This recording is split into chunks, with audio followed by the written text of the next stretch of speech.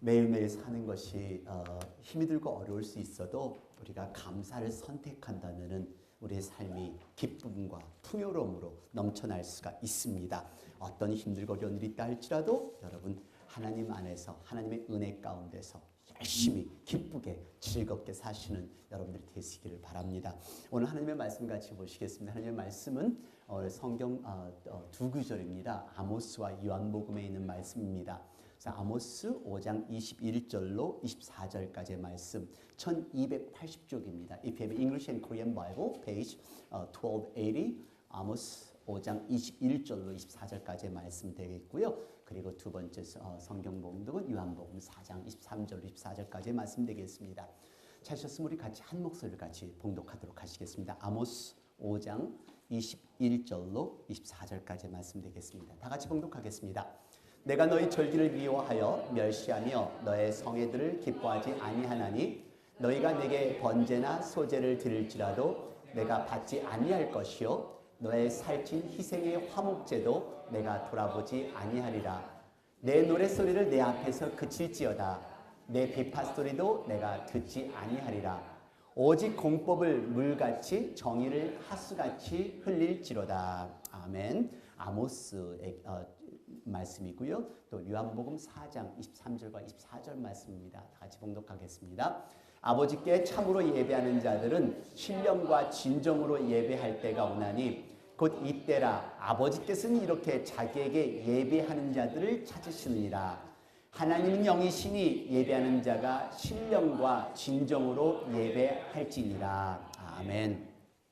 원래 4월에는 고난절과 또 부활절이 이렇게 보통 끼어있는 달인데요. 올해는 그 부활절 또 고난절이 일찍 당겨졌기 때문에 4월 달에 이 부활절의 의미가 많이 상실이 된 것 같아요. 근데 여러분 이 4월이 되면은 항상 봄을 상징하는 이 계절에 새로운 생명이 솟아나는 것처럼 우리들의 신앙에 새로운 이 불꽃이 또 신앙생활에도 새로운 이 활력이 일어나는 그런 시간이었으면 좋겠습니다.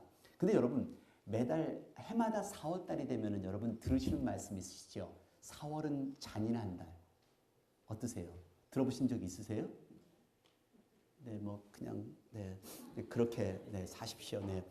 4월은 잔인한 달. 근데 이 4월은 잔인한 달이라고 해서 사실 많은 분들이 이 4월 달에 들었으면 이 단어를 많이 사용하시는데 정말로 이 4월은 잔인한 달에 대한 그 용어에 대한 그 어원을 잘 알지 못하고 사용하시는 분들이 많으세요. 그래서 이 말 그대로 사람들은 어거지로 뜯어 맞추고서 4월은 잔인한 달. 그래서 왜 사람들은 4월은 잔인한 달이라고 그렇게 사용을 했을까 하고 생각을 해보았습니다. 특별히 지난 일주일 동안 저도 몸이 굉장히 안 좋아서 사실 역시 4월은 잔인한 달이기 때문에 나도 이런 고통을 겪어가는가 보다 이런 생각을 해봤었거든요. 근데 어떤 분들은 이 4월은 잔인한 달을 맞추기 위해서 심지어는 몇 년 전에 있었던 한국의 세월호까지 뜯어 맞춰서 4월은 잔인한 달. 그래서 세월호의 참사도 있었고 그런데 사실 잔인한 것을 뜯어 맞추려면은 5월, 6월, 7월, 8월에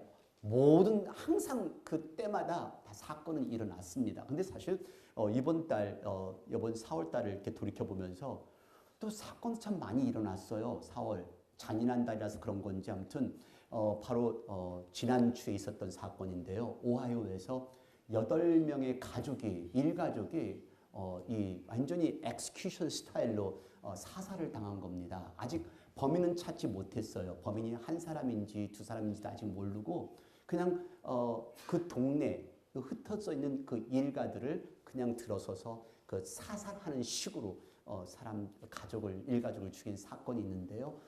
참 무시무시합니다. 근데 그것뿐만 아니라 여러분 기억나세요? 지난주에 에콰도르에서 일어난 지진 사건. 이 지진은 지금 사실 500명 이상의 사상자를 지금 내고 있는데요. 앞으로도 더 얼마나 많은 사상자가 나올지 모른다고 합니다. 그래서 계속해서 더 발굴 작업도 하고 있고요. 그리고 또 생존자를 찾으려고 또 노력도 하고 있고요. 근데 단순하게 이 에콰도르에서만 또 지진이 난 것이 아니라 바로 지난주에 거의 같은 동시에 또 일본에서 또 지진이 난 겁니다. 그래서 일본은 지금 지진대로서 사실 몇 년 전에 있었던 그 쓰나미, 일본의 그 쓰나미의 그 참사로 인해서 엄청난 희생이 있었는데 이렇게 일본의 지진이 일어날 때마다 이 일본 사람들은 정말로 간담이 서늘할 정도로 두려워하고 또 떨기도 합니다. 근데 또 제가 또 멕시코시티를 다녀와서 그런지 이번에 그 멕시코시티에서 또 어제 그저께 연락이 왔어요. 목사님 기도해 주세요. 했더니 그 내용인즉슨 멕시코시티에서 3시간 떨어진 곳에 또 화산이 터졌다고 합니다. 그래서 6월 달에 올 수 있는 그 학생들의 그 미국 이 필드 트립을 위해서 멕시코시티 17시간을 운전을 버스를 타고 비자를 받으러 가야 되는데 가는 동안 오는 동안 무사하게 갔다 올 수 있도록 기도를 해달라는 그런 부탁을 받았어요. 다행히 그 화산하고는 피해 없이 갈 때 17시간, 올 때 17시간 무사히 잘 다녀왔는데 아이들한테 한 가지 안 좋은 소식은 33명이 비자를 넣었는데 9명만 되고 24명이 또 비자가 떨어졌대요. 그래서 다시 또 실망 속에서 다시 또 돌아왔다고 하는데요. 아무튼 주변에 들리는 소식들 같은 경우는 정말 암담한 소식들이 참 많이 있습니다. 근데 뭘 여러분들은 지금 말씀드리는 뉴스하고는 전혀 상관이 없겠지만 프린스가 누군지 아세요? 네, 아시긴 아시는군요. 근데 왜 이렇게 프린스가 세상을 떠난 것에 대해서 세상이 떠들어야 되는지 저는 그게 이해가 안 돼요. 하여튼 그래서 왕자가 죽어서 그런지 몰랐지만 하여튼 프린스가 죽었어요. 근데 프린스가 죽었는데 그냥 전 세계 오스트레일리아서부터 미니애폴리스 이르기까지 이 사람이 영화를 찍은 퍼플 레인이라는 것을 상징하기 위해서 보라색 불빛을 켜고 보라색 헤어밴드를 메고 하여튼 어제까지 아마 오늘도 그럴 겁니다. 계속해서 프린스의 그 죽음에 대해서 그 마이클 잭슨 이상의 그 죽음을 애도하는 그런 팬들이 참 많은데요. 참 이것까지 싸잡아서 사월은 잔인한 달이라고 하시는 분들이 있습니다. 근데 또 하나 또 잔인한 달이 뭐냐면은 바로 어제 있었던 일이에요. 북한에서 그 동해 안에 그 잠수함에서 또 미사일을 런치를 한 겁니다. 그 미사일 런치를 한 것이 이게 동해에 떨어져서 불발탄으로 떨어졌지만은 지금 현재 이 북한에서 만들어내는 이 뉴클리어 미사일은 6,300마일. 그래서 북한에서 쏘면은 워싱턴 DC까지 도착할 수 있는 그 미사일을 지금 연구를 하고 있는 겁니다. 참 이건 미친 사람이 아니면 과연 이런 일들이 있을 수 있을까? 그러니까 참 주변의 뉴스를 대할 때마다 그래서 과연 4월은 잔인한 달? 근데 여러분 4월뿐만이 아니라 말씀드린 대로 5월, 6월 다 우리 주변에 일어난 소식들은 너무너무 잔인한 소식들이 참 많이 있습니다. 근데 여러분 4월은 잔인한 달이라고 사용한 이유가 있어요. 그 이유는 사실 1922년에 발표되어진 T.S. 엘리엇의 그 작품에서 나온 이야기인데요. T.S. 엘리엇은 미국 출신의 문학가입니다. 그래서 영국에 가서 귀화해서 영국 출신의 그런 이 문학가로 이 많은 활동을 했었는데요. 1948년에는 노벨 문학상까지 받은 귀한 문호입니다. 근데 이 문호가 1922년에 발표한 작품 중에 황무지라는 작품이 있어요. 근데 그 황무지의 첫 번째 문장의 시작이 이렇게 시작을 합니다. 여러분들은 미국에 사시니까 문학하고는 전혀 상관이 없으시죠. 그래서 문학의 일가견이 있는 제가 여러분들을 위해서 이 4월은 잔인한 달 이렇게 시를 준비했습니다. 또 한국말까지 준비했으니까 한번 같이 봉독해 보실까요? 시인으로 돌아간 마음으로 다 같이 4월은 가장 잔인한 달. 죽은 땅에서 라일락을 키워내고 기억과 욕망을 뒤섞고 봄비로 잠든 무리를 띠를 뒤흔든다. 겨울은 따뜻했었다. 대지를 망각의 눈으로 덮어주고 가냘픈 목숨을 마른 구근으로 먹여 살려주었다. 느낌이 안 오시죠? 네, 또 이 괜찮은 목사가 또 설명을 드리도록 하겠습니다. 근데 이건 사실 여러분들이 생각하는 많은 사람들이 생각하는 잔인한 달을 설명한 것이 아닙니다. 이 작품을 잘 보시면은요, 이 사울의 그 속에 또 다른 의미가 있는 것을 발견할 수가 있는데, 사람들은 첫 번째 문장만 가지고 사울은 잔인한다를 사용을 하는데요. 문학적인 이 어법 중에는 악시모란이라는 단어가 있습니다. 악시모란은 정반대의 단어를 사용해서 극적인 감정을 표현하는 건데, 여러분들 그거 있어요? 처절한 노을빛. 느낌이 있어야죠. 이렇게 노을빛도 아름다운데 뭐 처절한 노을빛, 그게 이해가 될까? 그리고 sweet sorrow, 달콤한 슬픔. 그냥 그러고 사세요. 네. 그게 악시모란이라는 표현입니다. 그런데 이 T.S. 엘리엇이 쓴 이 작품 속에 사울은 잔인한다리 단순한 잔인한다를 이야기하고 황무지를 얘기하는 것이 아닙니다. 자, 여기 잘 보시면은요, 사울은 가장 잔인한 달 죽은 땅에서 라일락을 키워내고 추억과 욕망을 뒤섞고 봄비로 잠든 뿌리를 흔들어서 새 생명이 나오는, 그래서 새 생명에 여기 중점이 있습니다. 그래서 겨우내 잠들었던 황무지 같은 땅이지만은 그곳에서 라일락 향기를 피워내는, 아름다운 향기를 피워내는 그 라일락의 그 생명이 여기서 꿈틀거리며 나온다, 이겁니다. 다시 말해서 우리가 이 4월달 잔인한 달이 아니라 이제 생명이 솟아나는 것처럼 우리 겨우내 잠들었던, 우리 영혼에 잠들었던 것, 우리 겨우내 또 움츠렸던 우리의 신앙, 이 겨울을, 이 봄을 맞이하면서, 새봄을 맞이하면서 우리의 신앙이 꿈틀거리며 솟아나는 그러한 모습이 되기를 원하는 겁니다. 오늘 여러분, 오늘도 이 아침에 여러분들이 예배를 드리러 오시면서 뭘 느끼셨어요? 봄빛이 너무 찬연하잖아요. 파란 새싹들, 그리고 봄빛의 그 그린 연록의 잎새들이 너무 아름답지 않아요? 그것처럼 우리들의 삶 속에서도 뭔가 변화가 있어야 하잖아요. 지금까지 신앙생활 했다면은, 이렇게 했다면은 조금 더 나아지는 신앙생활, 조금 더 활력 있는 신앙생활, 좀 더 도전할 수 있는 신앙생활. 그래서 오늘 저는 이 말씀을 통해서 우리가 다시 한번 부활하는 신앙을 갖기를 원합니다. 그래서 단순하게 사울은 잔인한 달이 아니라 이제는 황무지 같은 이 땅이지만, 정말 들려오는 소식은 흉흉한 소식이지만은, 자연재해 소식이 있지만은, 전쟁과 기근의 소식은 계속되고 있지만은, 이 속에서 우리가 해야 할 것이 무엇일까? 우리 신앙생활을 하는 사람, 예수님을 영접한 사람, 우리 하나님의 사람들은 무엇을 해야 될까? 네, 일어서는 겁니다. 신앙적으로 일어서는 겁니다. 다시 한번 신앙을 부활을 일으켜서 열심히 기도하고 이 땅에 평화가 올 수 있도록 우리가 노력을 해야지요. 그래서 이 4월 잔인한 달이 아니에요. 생명을 만들어내는 달입니다. 오늘 여러분, 저와 여러분이 생명을 만들어내는 저와 여러분이 되기를 원합니다.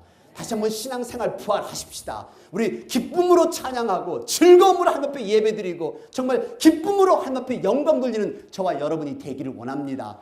예배를 통하여서, 이 예배를 통해서, 그래서 오늘 예배를 보기를 원하는 겁니다. 예배를, 말씀을 보기를 원하는데요. 오늘 여러분, 예배를 보는 것은 아닙니다. 예배를 드리는 것입니다. 오늘 여러분, 우리 아이들과 함께 얘기나 말씀 나눴지만은요, 예배는 우리가 감사해서, 살아있는 것이 감사해서, 하나님이 우리에게 예수님을 주셔서 감사해서, 하나님께서 우리에게 주신 축복에 감사해서 그 감사를 하나님 앞에 드리는 것이 이게 예배입니다. 그래서 이 예배는 감사와 감격이 넘쳐나야죠. 그래서 저는 사실 우리 교회의 예배가 저는 너무너무 감사해요. 어떤 분들은 처음 저에게 오시면은 왜 이렇게 시끄러워 하시는 분이 계신데, 아니요, 시끄러워야죠. 하나님의 그 조이풀 노이즈로 꽉 채우고 시끄럽게 해야죠. 이게 날러가야죠. 근데 우리는 그런 기쁨과 감격으로 예배를 통해서 우리의 신앙생활이 부활되기를 원합니다. 여러분, 신앙생활의 가장 중요한 것은 예배입니다. 우리 여선교회에서나 형제에서 우리가 교회 행사했을 때마다 고기 굽느라고 예배를 희생하시는 분들도 계세요. 또 부엌에서 일하시느라고 예배를 희생하시는 분이 계신데요. 아니요, 절대로 예배를 희생하지 마십시오. 저희들 안 먹어도 괜찮습니다. 우리 하나님 앞에 드리는 예배는 가장 우선이어야 되고, 그리고 예배가 우리 신앙생활의 가장 첫 번이어야 된다는 것을 여러분 기억하시기를 바랍니다. 좋은 친구도 만나시고 친교도 하시고 여러 사람 만나서 식사하는 것도 다 중요합니다. 하지만 가장 중요한 것은 예배입니다. 하나님께서 나를 살려주셔서 나를 이곳까지 오게 해주셨고, 그래서 하나님 앞에 나의 찬양과 나의 기도와 나의 마음을, 나의 신령을 다해서 예배를 드리는 것은 참으로 중요하다는 것을 여러분 기억하십시오. 그렇기 때문에 우리 애들에게도 예배를 가르치는 것은 너무도 중요합니다. 우리 애들을 예배를 가르치지 않으면 어떡하겠어요? 사실 지난주 금요일날 우리 연합 예배를 드렸는데 많은 분들이 참석을 안 했어요. 아니요, 여러분, 가족끼리 연합 예배는 역부로 함께 같이 예배를 드리기 위해서 지금도 왜 우리가 따로 예배를 드려야 되나요? 왜 꼬맹이들은 예배를 따로 드려야 되고 중고등부 애들은 왜 따로 예배를 드려야 되나요? 이거는 하나님이 보시기에 바람직한 것은 아니에요. 하지만 가장 보다 효과적인 예배를 위해서 그들에게 올바른 걸 가르치기 위해서 언어별로 따로 나눠서 예배를 드리는 거지만 가장 아름다운 예배는 온 가족이 함께 예배를 드리는 겁니다. 함께 예배를 드려야죠. 그래서 가르쳐야죠. 온 가족이 함께 하나님 앞에 감사와 찬양과 경배 예배를 드리는 것 얼마나 좋아요. 근데 언어 문제로 인해서 우리가 예배를 따로 드리지만요, 우리가 연합 예배가 있을 때는 여러분 잊지 마시고 내 자녀 옆에 데리고 같이 기도하고 밤에 잘 때 같이 기도해주고 가정 예배 드리고, 예배는 우리 신앙생활에 가장 중요한 것이 예배라는 것을 잊지 마시기를 바랍니다. 근데 우리가 이렇게 중요하게 생각한 예배를 하나님이 안 받으신다면 어떡하실래요? 하나님이 안 받으신다면, 아니 내가 네 예배는 받지 않겠다, 아니 난 네 찬양은 받지 않겠다. 가인과 아벨이 제사를 지냈을 때 하나님께서는 한 사람의 예배는 받으셨고 한 사람의 예배는 받지 않으셨습니다. 여러분, 하나님께서 내가 지금 드리는 이 찬양과 경배 예배를 하나님이 원치 않으신다면 오늘 여러분들은 어떻게 하실래요? 오늘 본문의 내용이 그것입니다. 하나님이요, 이스라엘 민족들이 드리는 그 예배를 원치 않으신다는 표현입니다. 같이 본독하실까? 5장 21절 23절까지입니다. 다 같이. 내가 너의 절기를 미워하며 멸시하며 너의 성회들을 기뻐하지 아니하나니 너희가 내게 번제나 소제를 드릴지라도 내가 받지 아니할 것이요 너의 살찐 희생의 화목제도 내가 돌아보지 아니하리라. 내 노랫소리를 내 앞에서 그칠지어다. 내 비파소리도 내가 듣지 아니하리라. 오늘 여러분, 이거 너무도 기가 막힌 말씀이잖아요. 하나님께 지금 찬양 드렸고 예배 드렸고 번제물까지 드렸는데 하나님이 나는 그 예물을 찬양을 그 기도를 그 예배를 내가 받지 않을 것이다. 왜 이랬을까요? 오늘 저와 여러분이 드리는 이 예배는 하나님께서 기뻐 연락하시는 예배가 되기를 원합니다. 근데 여기에 이스라엘 민족들은요, 지금 현재 하나님께서 거부하신 예배를 드린 겁니다. 그 이유가 오늘 또 본문에 있습니다. 거절을 당한 이유는요, 이들이 거짓된 신앙생활을 하고 그리고 거짓된 삶을 살면서 예배를 드리러 왔기 때문에 그런 겁니다. 다 같이 아모스 4장 1절 말씀, 그 다음에 5장 12절 말씀 같이 봉독합니다. 다 같이 봉독합니다. 사마리아 산에 거하는 바산 암소들아, 이 말을 들으라. 너희는 가난한 자를 학대하며 궁핍한 자를 압제하며 가장하게 이르기를 술을 가져다가 우리로 마시게 하라 하는도다. 타락하고 방탕한 삶입니다. 5장 12절. 너희의 허물이 많고 죄악의 중함을 내가 아노라. 너희는 의인을 학대하며 뇌물을 받고 성문에서 궁핍한 자를 억울하게 하는 자로다. 자, 예배를 드리면서 예배를 드리기 전 바깥에서 일주일 동안의 삶은 완전히 거짓된 삶인 겁니다. 그저 가난한 사람, 평소에 힘없는 사람, 연약한 사람, 그리고 도움이 필요한 사람들을 우습게 하고 압제하고 탄압했던 사람들입니다. 그러면서 예배를 드리러 올 때는 가장 좋은 옷으로 차려입고 그리고 하나님께 예배를 드린 이 이스라엘 민족들이었습니다. 그러한 사람들을 향해서 하나님께서는 내가 네 예배를 받지 않겠노라. 다시 말해서 거짓된 신앙생활을 하는 사람들, 아무리 교회에 와서 예배를 드리고 헌금을 드린다 할지라도 나는 그 헌금을 받지 않을 것이고 내 예배를 받지 않겠다라는 단호한 하나님의 말씀인 것입니다. 오늘 여러분, 하나님이 연락하시는, 하나님께서 기뻐 연락하신 예배를 드리기를 원한다면 내 바깥의 삶과 내 안에서의 삶이 일치하셔야 합니다. 오늘 하나님께서 오늘 본문에서 말씀을 통해서 아모스 선지자를 계속해서 경고의 말씀을 주시는 것은요, 자, 하나님께서는 이런 예배는 받지 않으신다. 평소에 힘이 없고 연약한 사람들을 압제하는 너희들, 그리고 정말로 악한 것과 악하고 뇌물을 탐내는 너희들의 예배는 용납하지 않는다. 이익을 탐하는 자 예배를 연락하지 않는다. 아모스에게 끊임없는 경고를 하는 것이 하나님의 말씀입니다. 그때 이스라엘 민족들은 이것을 받아들이지 못했어요. 결국은 이스라엘이 경고를 무시한 이스라엘이 멸망을 합니다. 그러니까 이스라엘의 역사는요, 참으로 변화무쌍한 역사입니다. 정말 하나님도 하나님 거역했다가 또 하나님이 선택한 백성인데 하나님의 말씀 순종했다가 또 거역했다가 또 순종했다가 얼마나 많은 일들을 반복하고 있는지 몰라요. 자, 거짓된 예배를 드리는 이스라엘 향한 하나님의 경고의 메시지가 오늘 아모스였습니다. 그래서 오늘 저와 여러분은 이러한 예배를 드리지 않고 정말 하나님이 기쁘게 연락하시는 예배를 드리기 위해서는 어떻게 해야 될 것인가? 그래서 오늘 예배를 같이 나누기를 원합니다. 예배라는 것을 말씀드린 대로 드리는 겁니다. 우리 희생제물을 드리는 것처럼 우리들의 찬양을 드리고 기도를 드리고 우리의 마음을 드리고 우리의 신령과 우리의 마음과 정성을 다한 것을 드리는 것이 이게 예배입니다. 오늘 여러분, 그래서 여러분들은 이 예배를 보러 오시기 아니라 드리러 오시는 겁니다. 그래서 예물도 드리고 마음을 드리고 찬양을 드리는 겁니다. 우리 여러분, 오늘 예수님께서는 사마리아 여인에게 만났습니다. 사마리아 여인에게 만나서 이 얘기를 합니다. 진정한 예배라는 의미가 뭔지를 설명을 하는 건데요. 자, 예수 그리스도 안에서 하나님을 경배하는 게 예배예요. 그냥 뭐 큰 건물, 형식적이고, 사실 어떤 때는 저는 그 생각이 들어요. 큰 교회 집회를 갈 때마다 어떤 때는 그분들이 참 부러운 거 있죠. 그냥 아주 앞에 성전도 엄청나게 크고, 그리고 오케스트라도 있고, 그리고 막 방송 어나운스처럼 이렇게 막 방송 메시지도 나가고, 그리고 뭐 분란이 없어요. 그냥 아주 조용하게 왔다가 소리도 없고 조용하게 싹싹싹 그냥 막 옷깃만 싹싹 스치는 그 소리. 한때는 그런 것도 참 부러웠어요. 야, 저기 아주 큰 데서 내가 저쪽에 위에서 예배를 드리면 어떨까? 근데 보통 그렇게 아주 막 조용한 분위기 속에 또 예배를 딱 올라가잖아요. 그다음부터는 제가 할 말이 없어요. 왜냐하면 저 스타일은 워낙 방대한 아주 와일드한 스타일인데 요요 왓썹 이렇게 시작을 해야 되는데 갑자기 거기서 조용한 분위기에서 갑자기 요요 왓썹을 할 수도 없고 얼마나 힘든지 몰라요. 근데 여러분, 우리가 진정한 예배자는 하나님, 그리스도 안에서 하나님께 경배한다는 것만 잊지 않으시면 됩니다. 네. 그래서 우리 4장 21절 말씀에 예수님께서 이 여인에게 이야기합니다. 다 같이 봉독하시겠습니다.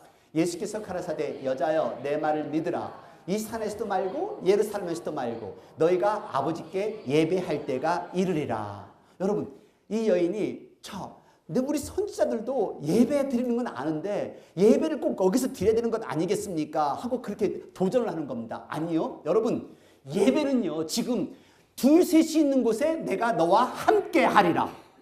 하나님께서는 우리와 함께 하십니다. 근데 여기에 이 사마리아 여인이 이런 질문을 던진 이유가 있습니다. 이 당시에 이스라엘이 남과 북으로 나눠져 있었어요. 지금 대한민국이 남과 북으로 나눠진 것처럼 북이스라엘이 있었고 남유다가 있었습니다. 그래서 이 두 나라가 한 나라인데 두 나라가 나눠서 예배를 드리는데요.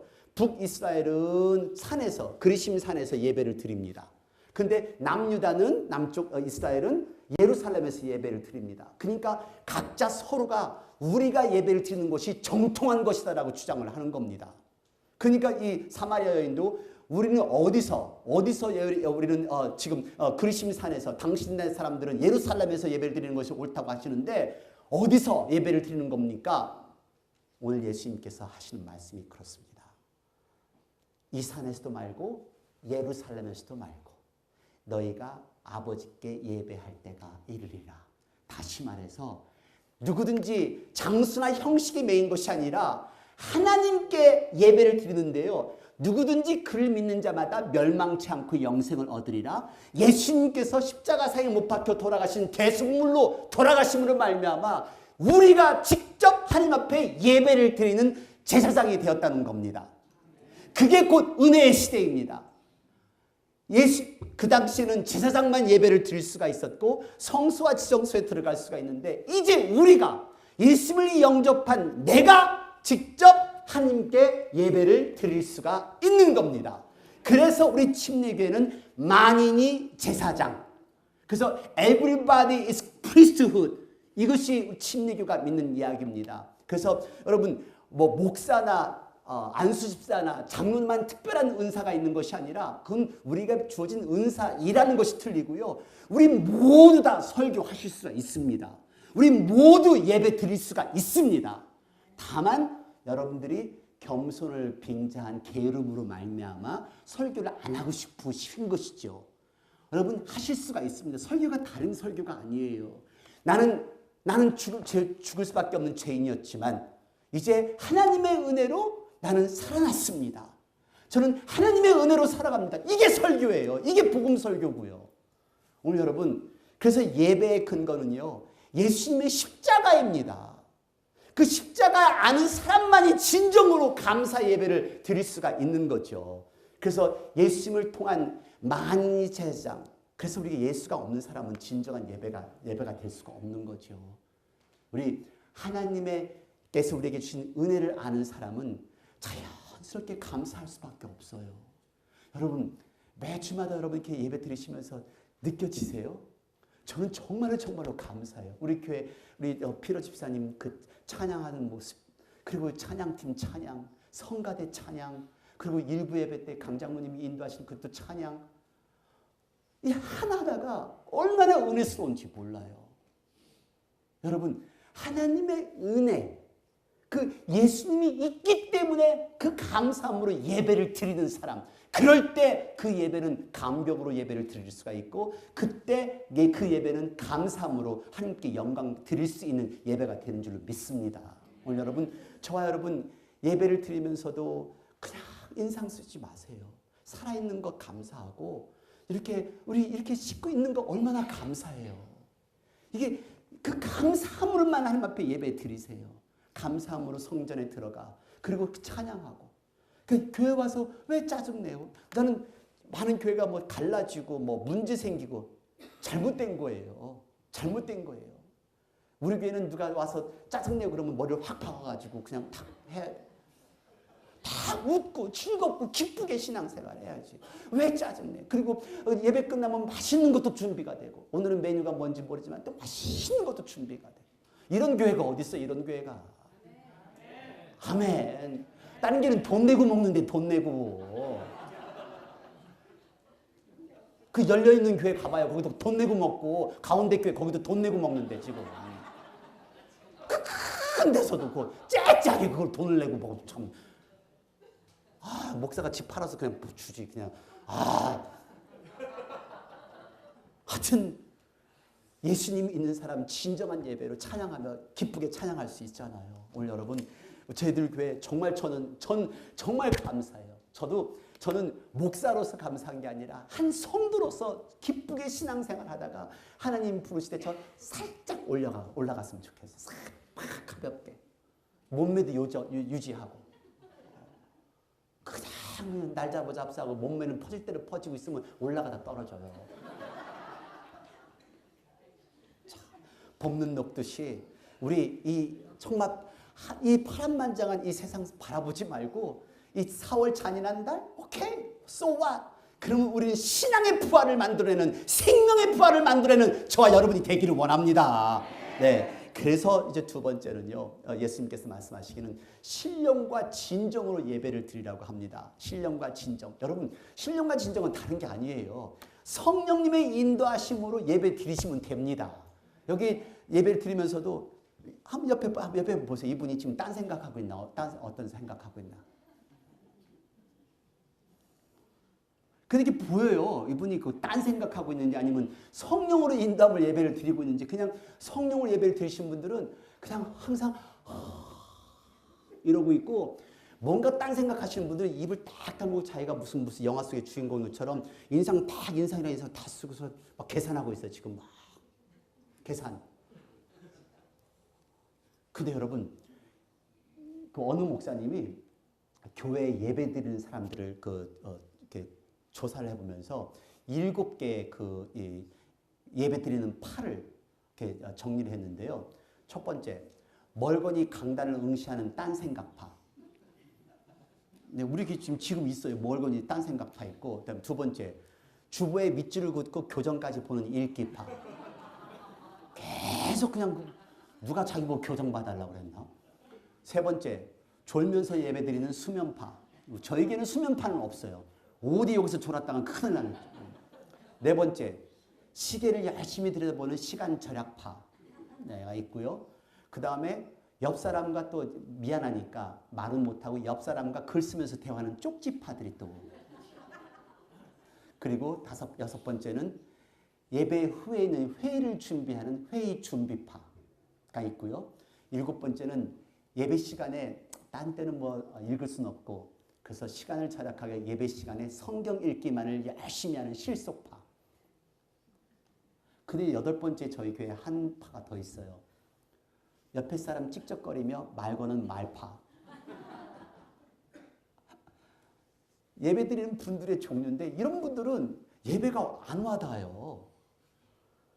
정말 이게 없어야죠. 그죠? 예수님만 보이셔야 돼요. 그저 예수님만 보이시고 하나님의 인도하심으로 그냥 아무것도 걱정하지 말고 염려할 것도 없어요.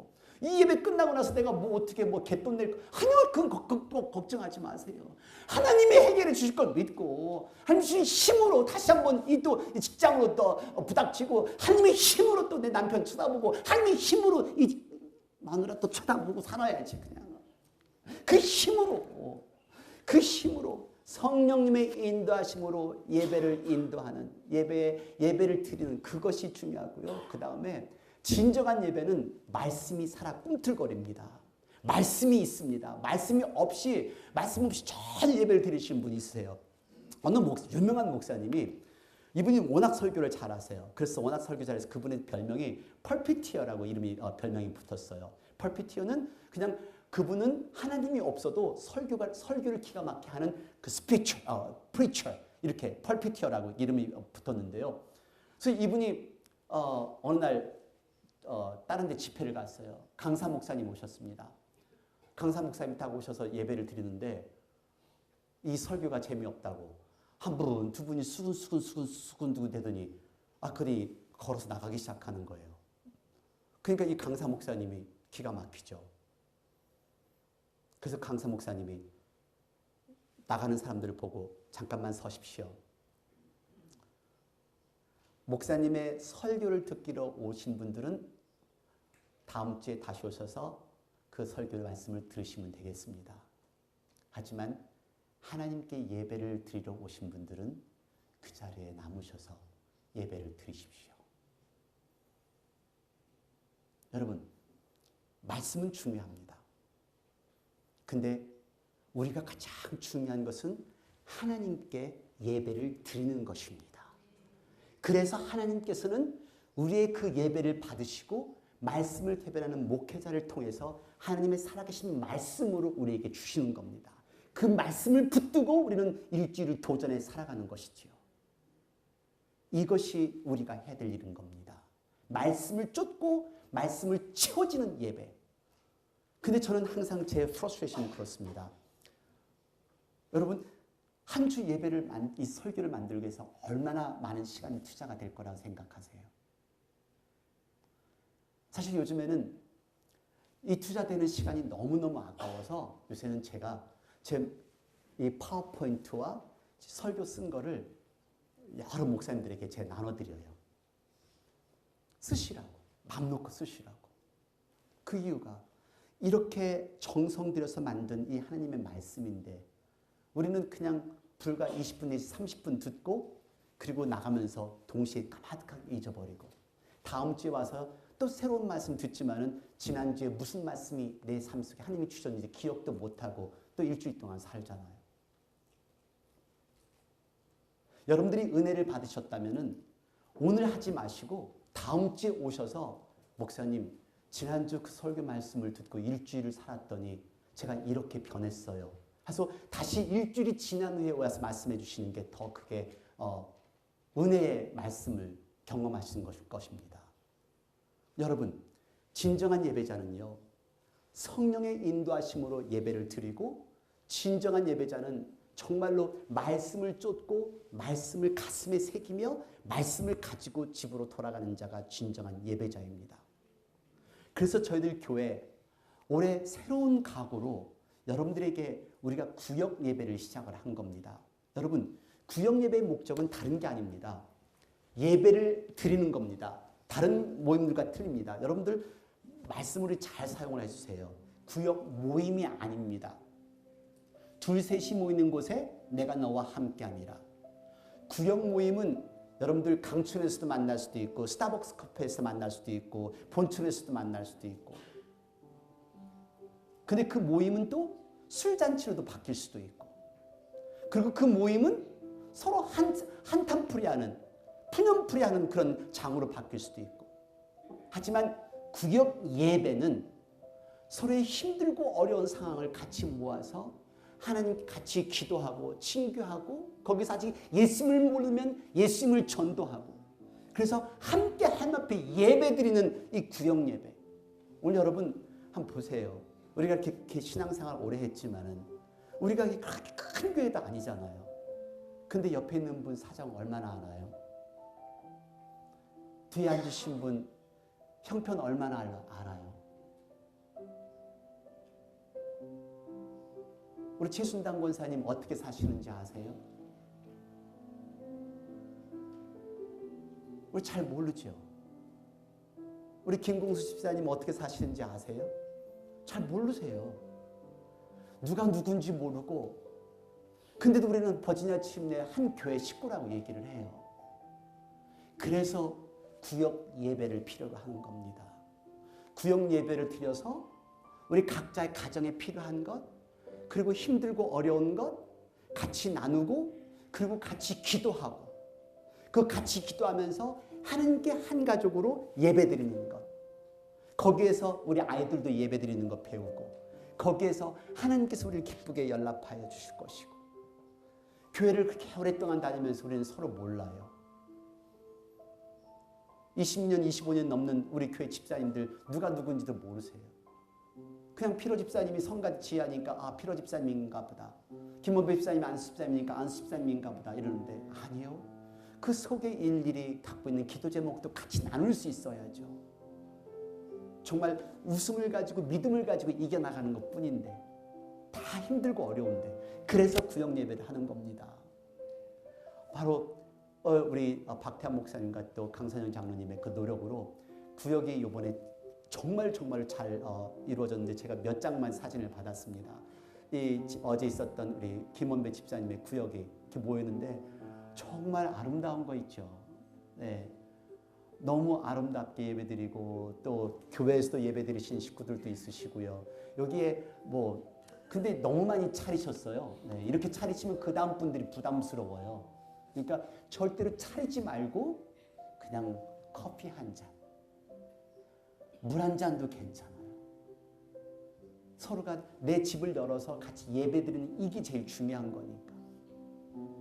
얼마나 외로운 식구들이 많은 줄 아세요? 힘든 식구들 많아요. 제가 매번 이렇게 얘기를 하지만은 잘 모르시잖아요. 혼자 키우는 싱글 엄마 마음에 힘들고 어려운 것도 있고, 겉으로 웃고 있고 하는 것지만은 남편 때문에 정말 눈물 흘리는 부인도 너무 많고, 또 집안에 따르는 그 집안 병 때문에 또 마음 아파하고 힘들어하는 식구들도 있고. 그래서 우리 정말로 때를 얻던 못 얻던 주님 오실 때까지 우리 같이 기도하면서, 우리 같이 한 구역 한 식구가 되어서 주님 앞에 같이 찬양하고 같이 기도하는 게, 이게 저희 버지니아 제일 침례교회. 그래서 기쁨으로 예배드리고, 그래서 여러분 교회 왔을 때 엉뚱한 생각하지 마세요. 그저 찬양하고 기도하고 예배드리는 그렇게 아름다운 교회 만들기를 원합니다. 주님 다시 오실 때까지, 주님 다시 오실 때까지 나는 이 길을 가리라. 좁은 문 좁은 길, 나의 십자가 지고 나의 나는 주님을 보리라. 영광의 내 주님, 내 주님 나를 맞아 주시리. 때를 어떤 못 어떤 우리 온 가족 함께 예배드리며 하나님 앞에 영광 돌리는 저와 여러분 되기를 원합니다. 다시 오실 때까지 나는 일어나 달려가리라. 주의 영광 온 땅 덮을 때 나는 일어나 노래하리. 아멘. 내 사모하는 주님 온 세상 구주시라.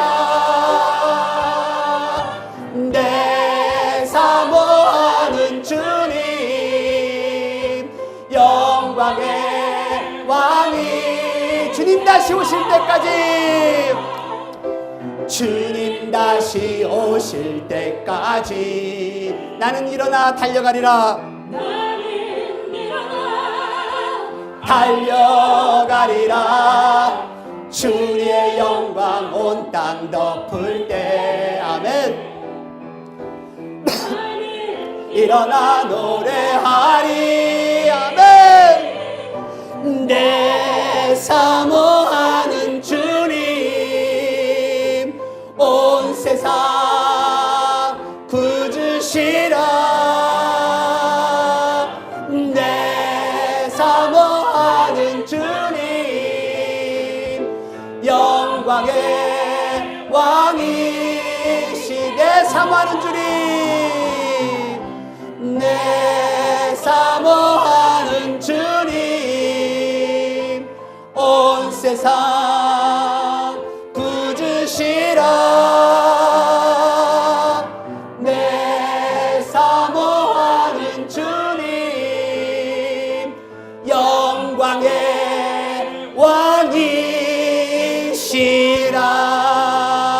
왕이시라. 할렐루야. 이 시간 기도하시겠습니다. 이 시간 기도하실 때 예배는 하나님께 드리는 겁니다.